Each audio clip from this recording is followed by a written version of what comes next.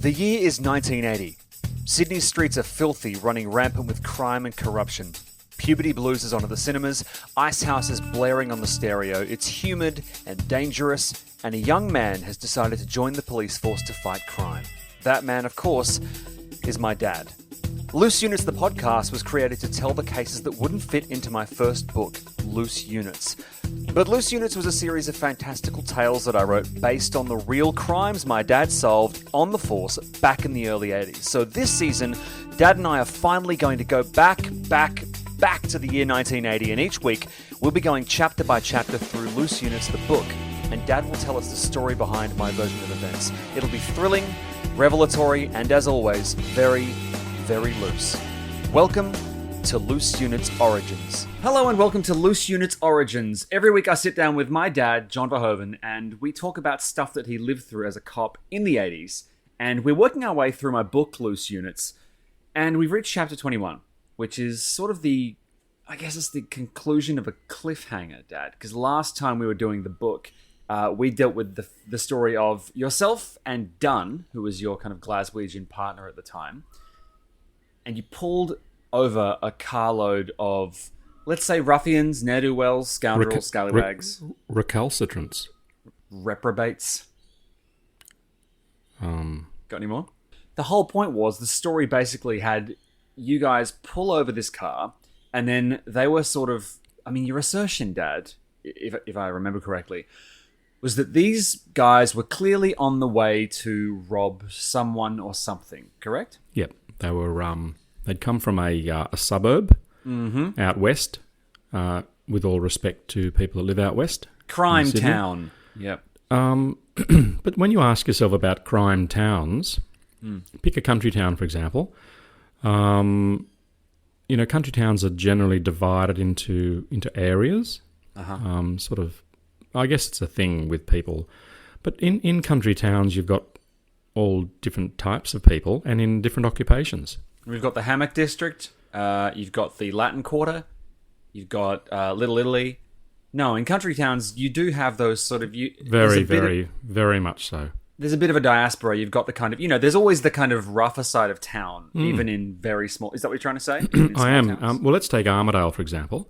Okay. A small country town in New South Wales, for those people that would like to look at it on a map. And it's near Tamworth, isn't it? Yeah, it's up in the New England region, named so because it reminded them of England in that it's so cold. And was actually the sequel to Old England. But, sequels aren't as good as the originals sometimes. No. So, but there's a railway track. And you're familiar with that term from across the other tracks. Or from the other side of the tracks? Yeah. Now, what is it about railway tracks that seems to create an almost instant cultural sort of economic barrier? What is that? It's amazing. It's like postcodes. It's like magic.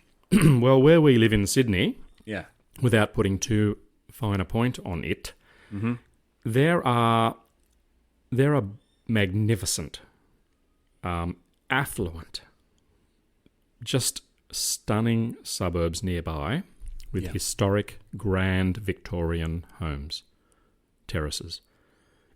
If you walk across one bridge, which is only a matter of meters, you step into, metaphorically speaking, another world.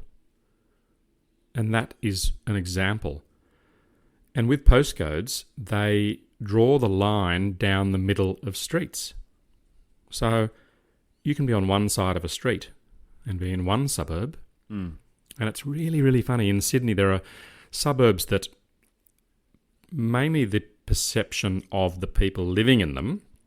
Sometimes I'll say to them, what suburb are you in? And they give me the name of a suburb, but then they add the word Heights, which doesn't exist.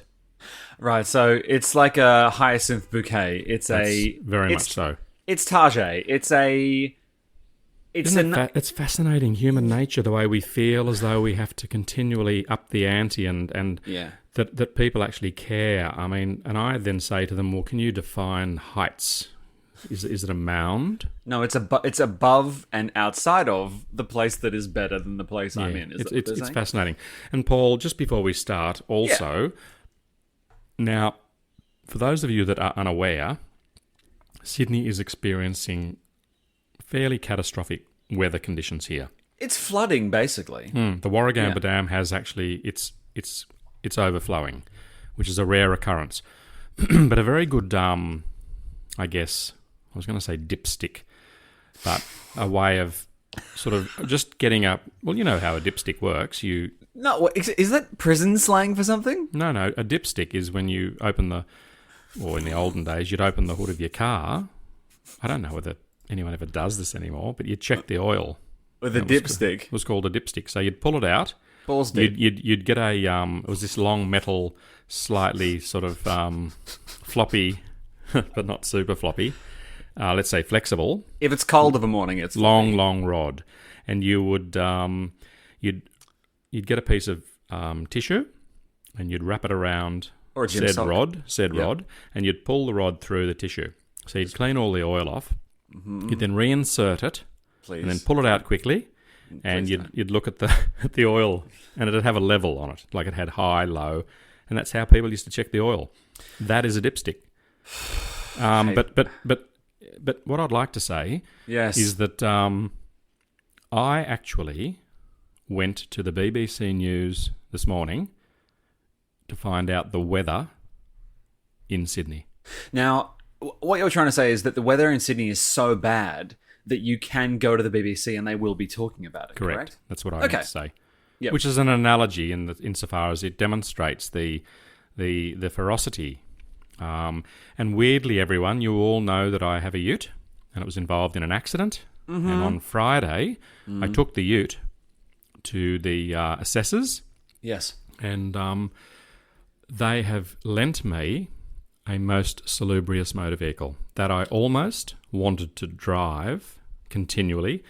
And if we could have done the podcast from that car, this hire car, because it's so beautiful, we would have done that. So I have a desire after the podcast just to get back in that vehicle because it's so drive. And drive in the rain. And we got to drive through some incredible puddles in this. They've actually advised people not to leave their houses. That's how bad it is. Yeah, maybe follow that advice because the last thing you need is a rental getting damaged. And speaking of damaged cars, Dad, the car that we left off at the tail end of Chapter 20, Done For, was damaged by Dunn. So that and then he slapped that sticker on it, basically saying it was unfit to drive. It wasn't roadworthy, meaning they had to basically get a tow. Okay. Correct. Yeah. So his sort of plan there, just to kind of flash back, was these guys are shitbags, and they haven't technically done anything yet, and they're kind of giving me some sass. So what I'm going to do is I'm going to break. What did he smash a taillight with his baton? Was that it? Headlight, sorry. And then technically that means it's not roadworthy. Then he puts a big orange sticker on it saying not fit, to drive. And then they start walking, right? Yep. Presumably towards some sort of public transport situation. Yep. You hop in your car, mission accomplished. Or so you thought. Now, Chapter 21 picks up where that kind of story left off, leaving that damaged car by the side of the road. And I thought what I would do is... can I start by continuing on in the chapter and sort of setting the scene a bit? Paul, I've said it once and I'll say it again. Mm-hmm. You are an ideas person, and I'm in your hands. So take it away. Okay.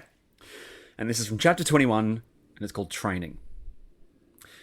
As John was mulling this over, cruising away from the car with the busted headlight, locking down in his head what kind of a cop he wanted to be, Dunn whistled, a single shrill note. John, startled, looked over at Dunn, who nodded for him to pull over. Something wrong? John asked. Dunn shook his head. Just watch. John pulled the wagon to the side of the road once again, and they sat for 2 full minutes. Dunn perched there with an expectant look on his face as he watched the road. And then, as if by clockwork, the mustard Cortina with the busted headlight and the red sticker roared past them. Dunn smiled at John, shrugged, turned on the light and the siren and slapped the dashboard, snapped his enormous fingers and pointed dead ahead. John hit the accelerator, the wheels skidding in the gravel verge, before pulling out into traffic in full pursuit mode, lights flashing, siren blaring. Basically, it seems like Dunn knew that they were going to get back in the car and drive off anyway, right? Yep. Isn't that kind of... I'm using this in the loosest possible definition of the term, but isn't that kind of entrapment? Like, if they were leaving anyway, what is this next series of events actually going to achieve? And this is just me playing devil's advocate. The driver of the vehicle was trying to put it nicely for listeners who are sensitive. The driver was, to use a colloquialism used often by police back in the 80s. I can use a few of them. He was a shitbag, a scumbag, a dirtbag, just a bag, a crim, an arsehole, a rude fuckwit, the sort of guy that had a lot of encounters with the police. He had 100% contempt for the police, and he thought he was getting the last laugh. The only reason we slapped a red defect label on the windscreen of that car was that it was nighttime, and you can't drive a car on a street in New South Wales with one headlight out for obvious reasons. Right. So, because then it appears to oncoming traffic to be a motorbike, and then you might not factor in that headlight would enable you to, in essence, get closer to the car as was coming towards you. So it's a real safety concern. Obviously, if everything was fine, everyone would just have one headlight. So it's a serious breach. If this had have happened at 9 a.m, Paul, this whole story, these 2 chapters, would not exist in time. It would have been a non-event. But the fact that it was getting dark and Dunn used, I guess, some lateral thinking, created a situation where, and I have a feeling, a very strong feeling, because he was a very cunning and very good street policeman, of which there were few, I can assure you. These guys and girls, they just operate on another level, and I was there to learn about good policing. And please don't take the word good, don't pillory me for that word in this particular context. You mean competent policing, right? Yeah, and just good, skillful, sort of inherently, sort of getting into the mind of the people. So I have a feeling that Dunn knew how this entire scenario would unfold as per the pages in your book. It was a lay-down misere. And so far, from what you've read, everything unfolded the way he thought it would. And I found it fascinating. So when we went into the traffic and then put the blue lights on, he would have looked in his rear vision mirror and you knew the game was up. And when you're pulling over a car, we obviously try and pull over for their safety and ours in a very sort of safe place, which we managed to do. And I was an observer. I had just come out of my training period, and I was wide-eyed and eager and pretty excited to sort of see how this particular event would unfold. Yeah. So, did you have any idea what was going to happen next at this point? I may have had an inkling, but it's difficult for me to look back almost 40 years, because that's the thing about memory. It's hard to sort of remember, precisely how I thought in terms of what would unfold. But now that I'm sitting here talking to you, Paul, and having just read that chapter again this morning, it just seems so natural in terms of the order of operation. And I almost said his name. My colleague, he approached the driver, and I was with him, and I remember looking at the 2 occupants in the back. So there were 4 occupants. There was the driver, passenger, 2 occupants in the back. Yeah. And they were all cut from the same cloth. But they weren't the driver. They had not disobeyed a direction. They had technically done absolutely nothing wrong. But they got back in the car, right? Yeah, but that would be thrown out of court in a microsecond. Okay. You'd have to prove that they were completely aware and had the driver explain to them as a group what this red sticker meant. So that just forget about that. They're just sort of going along for the ride. Okay, the onus falls on the driver in this case. Exactly. And or the person in charge of the motor vehicle. Yeah. So when I was teaching Anne to drive and she went through a red light and the camera went off, I got the fine. I had to go to court, even though she was the driver, because at the time I was responsible for that motor vehicle. Mm-hmm. So I had to sort of that was another shit fight. But okay. Anyway, so these guys, my companion, my partner, he made it very clear to the three of them that they should just get out of the motor vehicle, don't look back, and just go back to where you come from. Yep. And how you do that, guys, we don't really care about. But they were very, very grateful. And the speed in which they exited that vehicle left their mate there. And that's kind of it reminds me of that expression as thick as thieves. When the chips are really down, it's every man for himself. These three guys, they bolted. They bolted into the sunset, and we never saw them again. And the driver, who was still, believe it or not, as or more smug than before, he genuinely didn't give a shit. Now you've said something before, which I found interesting, and that is that if people are still kind of being like that in front of cops, it implies that they have dealt with cops a lot before in that kind of, you know what I mean? Like they've got experience being kind of, very much so. But so that kind of implies that he's, yeah. Look, I pulled over plenty of crims in my day, and these are crims that they know the law, they know their rights, and might I say on that point, and so should everyone.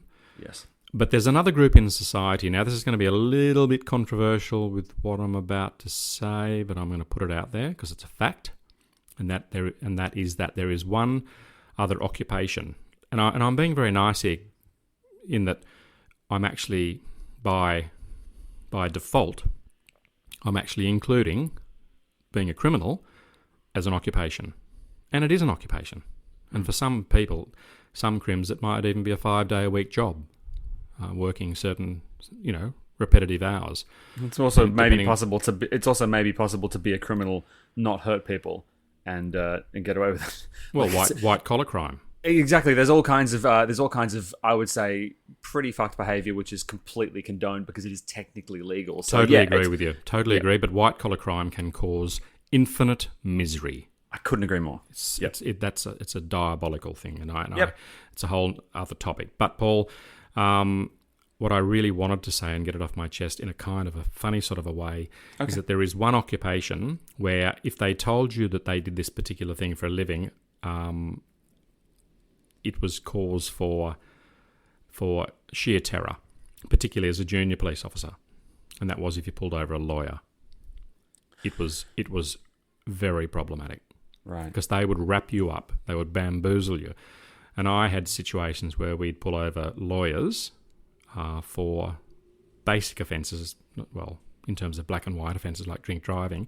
Yep. And I'll tell you what, they made your life miserable. Are you talking, what kind of lawyers are we talking? I mean, clearly... Solicitors. Right, but if you pull over a non-for-profit human rights lawyer, they're not going to have the same response as a kind of high-profile QC who's on his way somewhere. Yeah, but you might pull over a university student studying law, which is even more scary. Yeah, because they think they know the law.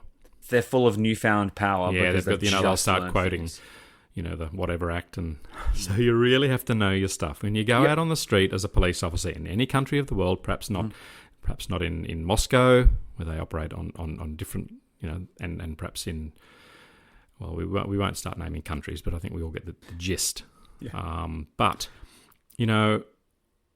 this particular guy, he Was not a lawyer, presumably. Was not a lawyer, but No. but they learn a lot in jail.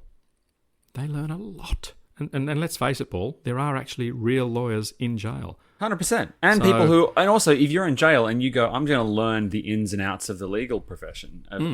Study law. You have law. time. Get a degree. Yep. Why not? I mean, there have been judges in jail, so no one's immune from prosecution.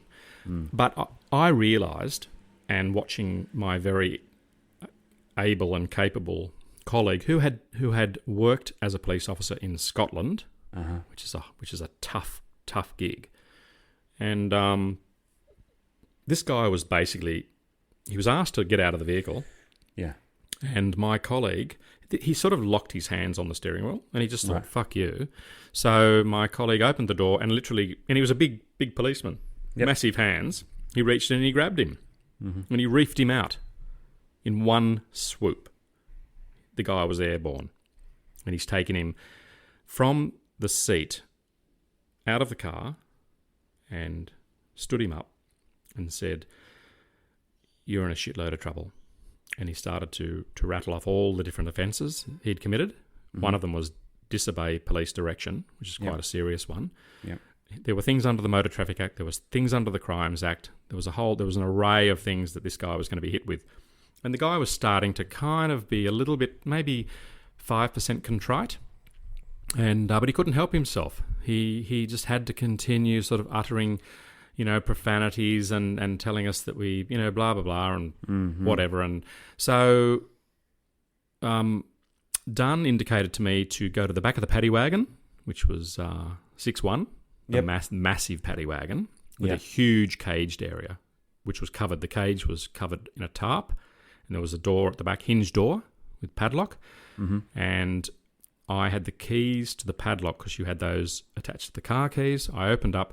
Now, inside the back of a panel van, a sort of paddy wagon for people that don't fully appreciate, and they don't have them anymore. In fact, how big is it in those things, or was it in those things? Okay, well, the police wagons they've got in Melbourne, which I always think are so small.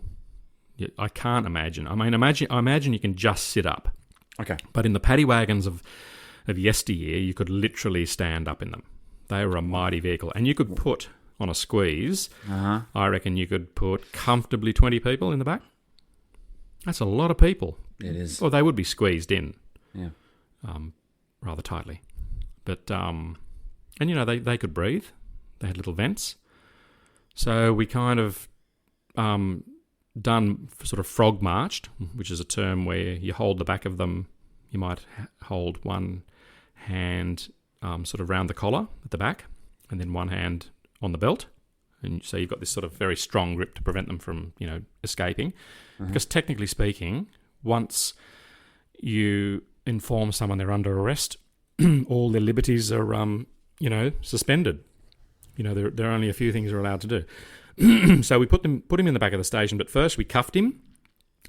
And I used my handcuffs, and I cuffed him behind with sort of hands behind his back, and then we assisted him into the back of the van. And there are two bench seats that face each other, opposite each other, and he then sat on the bench seat, arms behind his back, cuffed, totally pissed off, swearing and carrying on. You can't do this, blah, blah, blah. So we put him in the back, locked the door, and then I went round to the driver's side. Dunn hops in the passenger seat, and my thought was that we were about to head, obviously, back to North Sydney Police Station. It was around about 6:30, and we would then process the prisoner. And obviously we left his car, locked his car, made sure that everything was safe from that perspective. Because we have an onus as well for property, etc. And then I'm starting to head back to North Sydney Police Station, and then Dunn says to me, he started sort of pointing, and of course he's the boss, he's the observer, I'm the driver, there's a guy in the back. I'm thinking we're going to get this guy back to the station, and we basically drove past the station.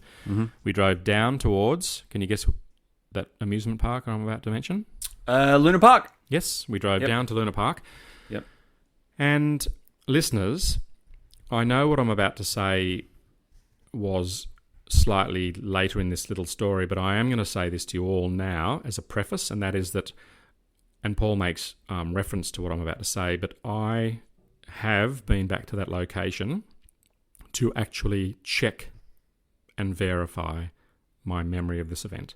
Because it seems, as I sit here telling everyone, it seems so unreal and implausible, the story that's about to unfold, but it did happen.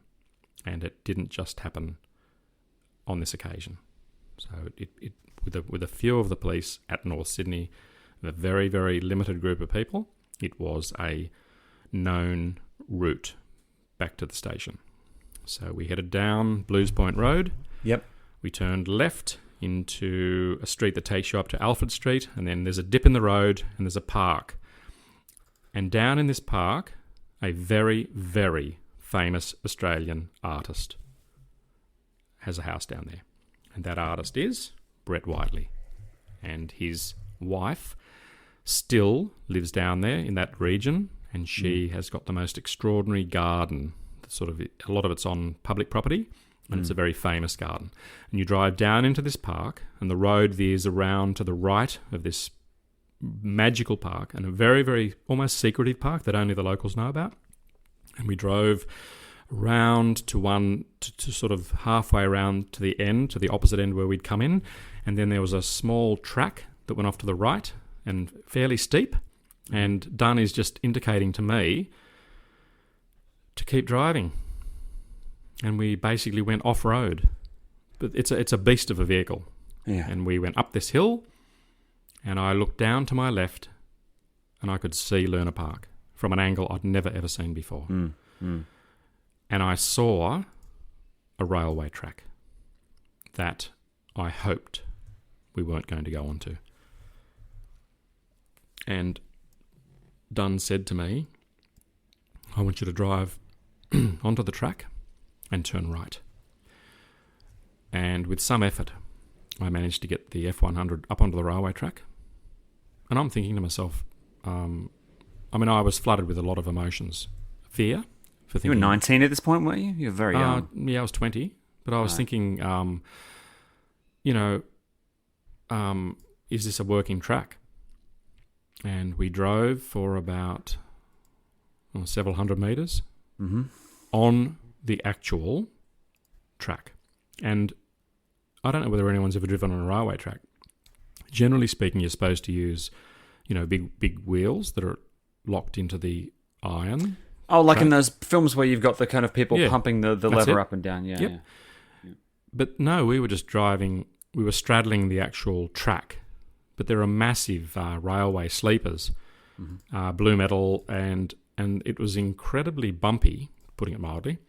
And I was aware, because I could basically feel through the vibrations that the guy in the back of the vehicle, in the paddy wagon, he was experiencing. I mean, we had seatbelts, and we were sitting in fairly padded seats. But you know when you go to a kind of suburban park and there's that weird sort of gravitron thing. It's like an orb with 3 doors. Yep. You step inside, you're sitting in a kind of tiny fiberglass egg, and you hold the wheel in the middle, turn it, and then you regret all your life choices. So exactly. I'm picturing that kind of hunched fiberglass seating with, like very smooth, and he's basically in a completely...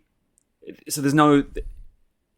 What I'm saying is, I'm guessing he's being thrown around pretty badly. Well, you could heal him, heal. You could feel and hear. What was happening, and he's handcuffed as well. Yep. And I guess everyone, listeners at this juncture, people are going to be, thinking what they think, but I'm just telling it as it happened. And I came to the entrance to this long dark tunnel. Yeah, I couldn't see the end. I could see no light, so it was curving round to the right, and I was directed to drive into the tunnel. And I drove into this railway tunnel, and it was pitch black, but we had the headlights on. And then halfway through the tunnel, I imagine it was halfway through, Dunn just put his hand on the steering wheel, and he looked over at me.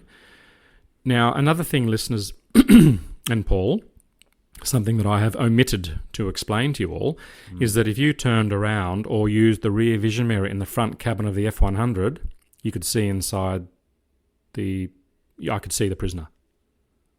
Okay? Right. But he too could, if he moved over and put his face up against the glass, he could literally look inside the cabin That's really that we were sitting in. That's extremely interesting. I know, didn't know. And I know, Paul, because as I'm saying it, I read the chapter, an hour ago. Yeah. And I didn't. It's not mentioned because I would not have mentioned it to you when you were writing. And it's one of those funny things where I'm thinking about it and now I remember. Because one of the things that I remember when I looked behind, his face was really, really close, literally pressed up against the glass. Can you imagine what he saw? He saw two police officers sitting in relatively comfort in the cabin of a big police wagon. But he would have looked out the windscreen and seen the headlights of the paddy wagon going off into the distance and fading away into pure black. Jesus Christ. Now that and he may well have gone to the back. He may have shuffled along one of the bench seats he was sitting on. He may have then looked through the rear slats or shutters on the back door, and he would have seen, albeit a slightly downward-looking vista, he would have caught with the glowing headlights that would have made their way, the light would have very, very subtly made its way underneath the entire truck, and he could have then looked down perhaps 45 degrees with a very limited forward view, and he would have seen blue metal and railway tracks. I mean, it defies description. It'd be fucking terrifying. But okay, he was terrified, and I was mildly terrified. Of course. I'd never been there before. Did you never think of? Were you at any point going, what are we doing? What do you do? Look, Yeah. Look, a part of me was. Look, I thought. I mean, I'd worked with Dunn before, and I just, obviously, lots of things went through my mind. I mean, was this? I don't know, Paul. Lots of things went through my mind about the various outcomes, what may or may not was going to happen, and I'll never forget. Dunn said to me in the cabin, he said, turn all the lights off and take the keys out of the ignition, which I did, and it was like being in a dark room in a photographic studio. There was zero light, and we just sat there. I could hear my heart beating, as I can hear it beating now, and we sat there, and I just remember, look, many thoughts, lots of thoughts went through my mind about the moral aspect of what was happening. Yep. And FYI, listeners, I never, ever did this again. I mean, I was the driver, but when I became the senior man, I never sort of did this particular thing because I thought it was basically going a little bit too far. Yeah. From a human rights perspective. Yeah. Plus, I was worried about a bloody train coming down. Yeah. And then we waited a while, and eventually the guy in the back, he just sort of, he may have thought this was it. If I had been him, I would have been really, really scared. And then we started up, and we turned the lights on, kept driving. I was driving slowly, so the bumps were kind of relatively, they weren't super jerky. And anyway, we came to the end, and it was pretty dark by then. And we pulled over. Dunn goes around to the back of the wagon. Mm-hmm. We open up the back door, and the guy gets out. Yep. He was a different person. And then Dunn did something that I thought was kind of cool, and it was sort of interesting what he did. He said to the guy, and we were basically on a public street, but weirdly in a slightly different, almost a different suburb, but by name only, because we'd gone underneath this cliff basically. And he basically said to this guy, he just said, look, piss off. We never ever want to see you again. I undid his handcuffs, and he left. We closed the back of the door. Dunn, we got in the front seat, and Dunn said to me, this is basically, yes, this has happened tonight, but it didn't happen. And I guess one of the good things about this story is that there was no paperwork, which sounds rather bizarre. Dunn felt he had dealt with this particular person in a certain way. I would love to meet that guy today and see whether that had any effect, a good effect, perhaps. Or hopefully he didn't then become a police officer and beat the shit out of people. Who knows? But, that's a story from the annals, Paul, and it's a fucking great story. That's terrifying. I mean, one of the things, the reason the book is called Loose Units is because I feel like yourself and quite a few of the cops there were, or at least cops like Dunn, adopted a kind of, 2/3 good, 1/3 bad sort of approach to policing, where you want it to be a little bit scary and a little bit loose and a little bit unpredictable, but you were at heart good, right? You kind of, you bent the rules, you didn't break them. I mean, there are cops in Loose Units who outright were bad and broke the rules and hurt people and were just bad people. And I think the reason Dunn is such an interesting character is because he is kind of the embodiment of that style of policing, where he does sketchy stuff from time to time, but he didn't actually ever kind of cross that line, at least within the confines of the book. So yeah, it's really interesting hearing about him as a character. I'm really curious as to how this stuff is going to play if we ever turn this into a, TV show. I mean, first of all, it'd be really interesting to go and shoot that scene theoretically in the actual tunnel where it happened. It'd be fantastic. What a powerful, powerful episode that'd be.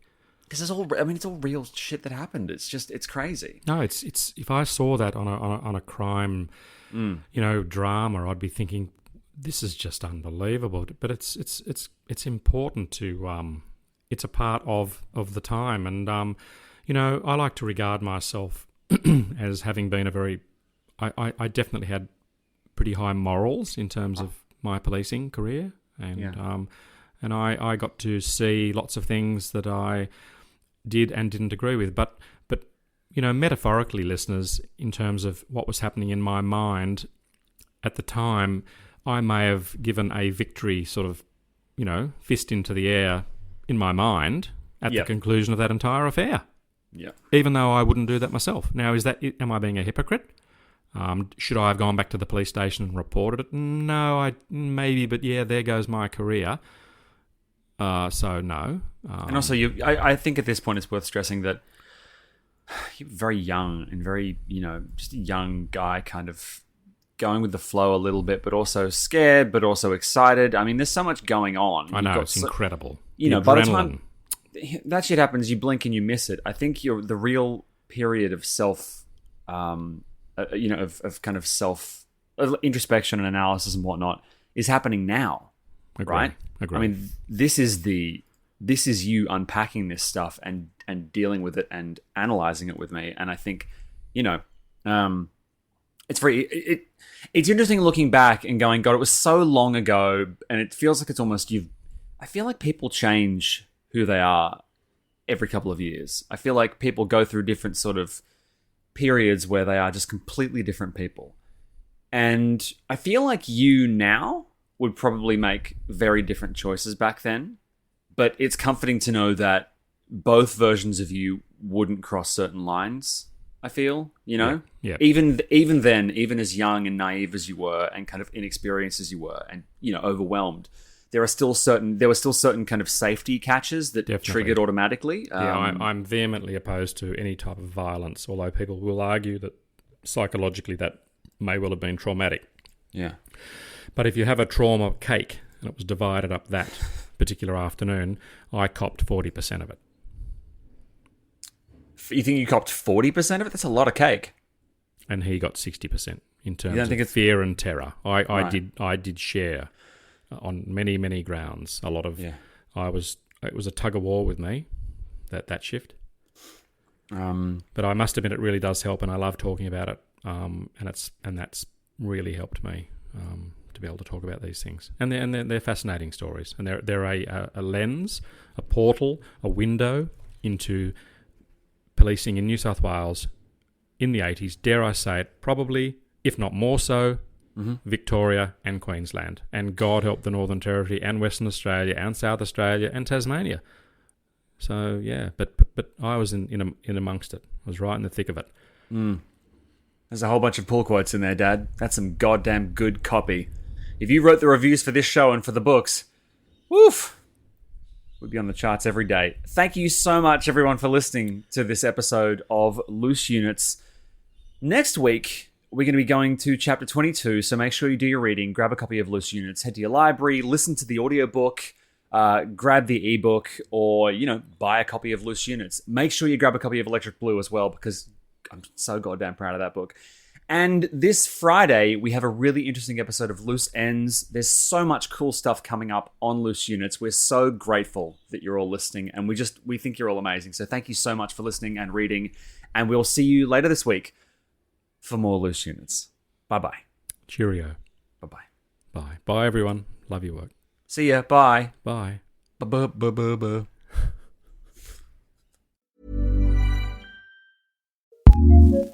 Looking for a new podcast to listen to? Here's what we love, courtesy of Acast Recommends. Hi, I'm Zibby Owens, and along with Tracy Cox, who is an international sex expert and author of 17 books, I co-host the podcast Sex Talk with Zibby and Tracy, and it's SEXTOK. And the reason we have it as Sex Talk is because we happen to be viral TikTok stars at the moment, with some of our videos getting over 1.1 million views. So listen to us. I am totally shy and squeamish. She is super open, British, and hilarious. Listen to us each week as Tracy answers 3 anonymously sourced questions about all the things you talk to your girlfriends about. Listen on Acast or wherever you get your podcasts. Sex Talk with Zibby and Tracy. Acast recommends.